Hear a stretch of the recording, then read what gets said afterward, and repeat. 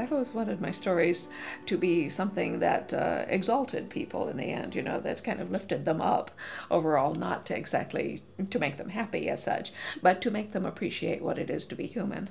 It involves, you know, openness and resilience, you know, the power to come back in the face of tragedy and difficulty.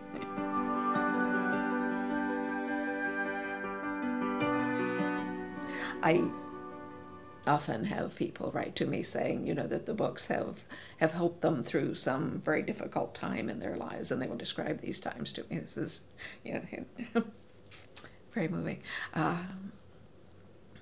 Sometimes they're very odd. I had a letter from one woman who told me that her brother-in-law had committed suicide by blowing his brains out in his living room, you know, making a terrible mess. And she said, of course, this was horrible for her sister. But after, you know, taking care of her sister and, you know, seeing she was tended to, and they had taken her brother-in-law away, but the living room was still, you know, terrible.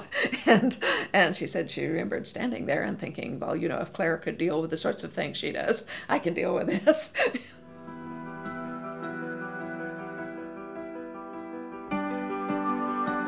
Do German readers react differently? I don't think that they do, really. I get a lot of mail from everywhere. And in fact, all of the readers, no matter where they come from, seem to react very similarly. There are different things that they appreciate in the books from person to person. Some people are very interested in the medicinal aspects, the botanical medicine and so forth. Some people are really interested in the history. They don't teach history as much in school anymore as they used to. And so for a good many of the younger readers, this is the first time they've ever even heard of, you know, or realized, if they do, that things were not always the way they are now.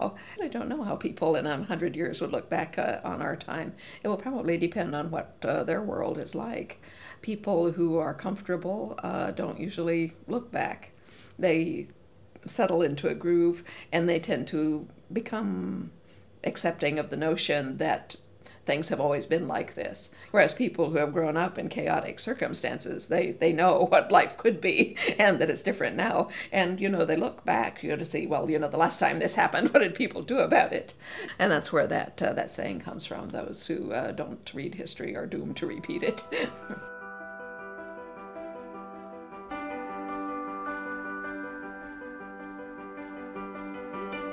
Well, it's a difficult question, you know, when you're faced with the possibility of a movie or a television adaptation, because really you're not going to keep control. As far as I know, the only author who ever has kept control is J.K. Rowling, and not always to good effect.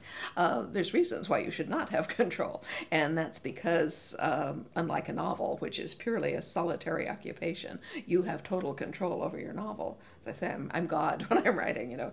Nothing happens that I don't want to happen. It happens at the speed I want it to happen. I have climaxes where I want them. I have low spots where I want them, and so forth. A visual medium can't do this. It's always teamwork. You will have a dozen people who have to have creative input on it, you know, from the director to the director of photography to the actors themselves. Like I say, it just takes a number of people. And we visited the set, my husband and I, for 10 days in February. I had a small part in one of the episodes. But my husband was sitting outside with the technicians and made friends with them all, knew how everything worked.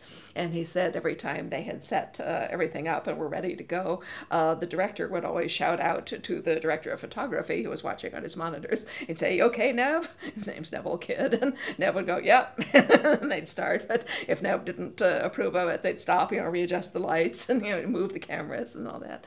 So it takes all of these people working together, and so you want to have people that you more or less trust, as long as you can use the word trust in the same sense with filmmaker, which sometimes you can, but not often. Overall, the series is wonderful. They've done a fantastic job of adaptation.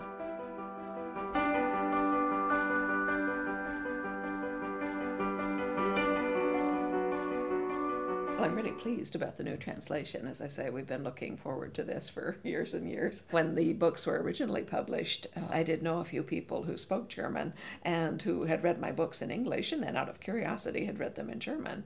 And they would come to me and say, well, your story is still there, but, they've left a lot of things out. And it was obviously translated by a team, because you can tell where the lady from Berlin gave way to the gentleman from Munich, very clearly by the idiom and the language and so forth. And I said, well, this is not good. What I know about the new book, which has just come out, is basically what we hear on the German website, which is from people reading the new book, most of whom have read the previous translation.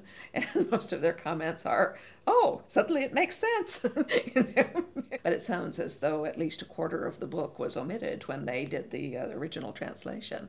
And often foreign publishers will do this. You can tell, because when a book that is in English looks like this comes back in Italian looking like this, you know that there has been dirty work at the footpath.